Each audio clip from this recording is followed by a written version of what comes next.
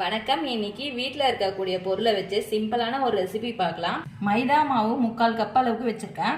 ஒரு முடி சின்ன தேங்காவை மிக்சி ஜாரில் போட்டு அரைச்சி எடுத்துக்கலாம். 1 கப் அளவுக்கு பொட்டுக்கடலை, 3/4 கப் அளவுக்கு சர்க்கரை, 1/2 டீஸ்பூன் அளவுக்கு வெள்ளை எள்ளு, 10 முந்திரியை பொடியாக கட் பண்ணி வச்சிருக்கேன். மிக்சி ஜாரில் போட்டு தேங்காவை அரைச்சி எடுத்துக்கிறேன். 4 ஏலக்காய். இப்போ இந்த பொட்டுக்கடலையை மிக்சி ஜாரில் போட்டு கொரகொரப்பாக அரைச்சி எடுத்துக்கலாம். இந்த அளவுக்கு கொரகொரப்பா அரைச்சி எடுத்துக்கங்க. இதை ஒரு பவுலுக்கு மாத்திக்கிறேன். அதுக்கு நெய் சேர்த்துக்கிறேன் தேங்காய் வறுக்கிறதுக்கு. இப்போ மிக்சி ஜாரில் அரைச்சி வச்ச தேங்காவை சேர்த்துக்கிறேன். தேங்காய் சேர்த்து ஒரு 5 நிமிஷம் வதக்கினா போதும். பொட்டுக்கடலை சேர்த்துக்கிறேன்.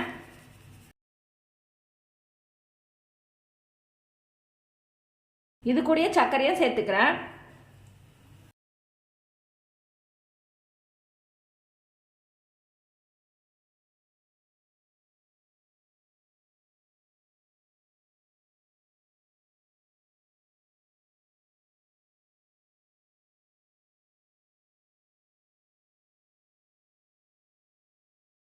இப்போ கேஸ்லேருந்து இறக்கி வச்சு வெது வெதுப்பான சூடு இருக்கும் போதே 2 டீஸ்பூன் அளவுக்கு தேன் சேர்த்துக்கிறேன். நீங்கள் தேனுக்கு பதிலாக காய்ச்சின நெய் கூட சேர்த்துக்கலாம்.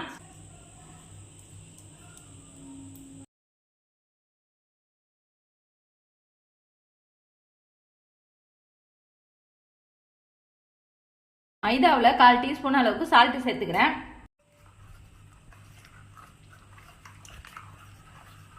இந்த அளவுக்கு கட்டிகள் இல்லாமல் கலந்து வச்சுக்கோங்க. இப்போ ஒரு உருண்டையா இதில் டிப் பண்ணி எண்ணெயில் போட்டு பொரிச்சிக்கலாம்.